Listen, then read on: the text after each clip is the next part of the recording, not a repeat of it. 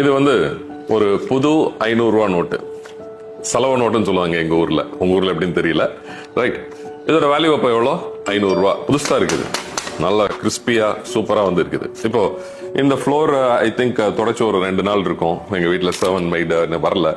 So இப்போ என்ன பண்ண போறோம் அப்படின்னு சொன்னா, ரூபாயை கீழே போட்டு நல்லா வந்து அழுக்காகும். ரைட், பயங்கரமா வந்து அழுக்காயிடுச்சு. அழுக்கானாலும் இன்னும் கிறிஸ்பியா தான் இருக்கு. இப்போ அழுக்கான இந்த 500 ரூபாய்க்கு வேல்யூ எவ்வளோ? ஸ்டில் 500 தான் இல்லையா? Okay fine. இப்போ இது நல்லா வந்து பிளாட்டா சூப்பரா வந்து இருக்கு. இப்போ என்ன பண்ண அப்படின்னு சொன்னா, இது நல்லா கசக்குது. ரைட், இப்போ இது பயங்கரமா கிரன்ச்ட் ஆயிடுச்சு. இப்போ திரும்ப இதை விரிப்போம்.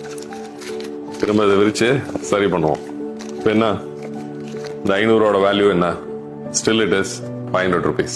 ரைட், இதோட மாரல் என்ன அப்படின்னு சொன்னா, நோ மேட்டர் உங்களை பத்தி மற்றவங்க என்ன வந்து நினைச்சாலும், உங்களை பத்தி மத்தவங்க என்ன விதமான ஜட்ஜ்மெண்ட்டுக்கு வந்து வந்தாலும், உங்களோட வேல்யூ மாற போறதே இல்லை. நீங்க மாறாத வரைக்கும் உங்களை நீங்களே அண்டர் வேல்யூ பண்ணீங்க அப்படின்னு சொன்னா கண்டிப்பா அதோடைய வேல்யூ வந்து குறையும். எப்பவுமே சூழ்நிலைக்கு ஏத்தாப்புல உங்களோட வேல்யூவை நீங்களே குறைச்சிக்காதீங்க. No matter whatever people say, you always carry the greatest value, like this 500 rupees note.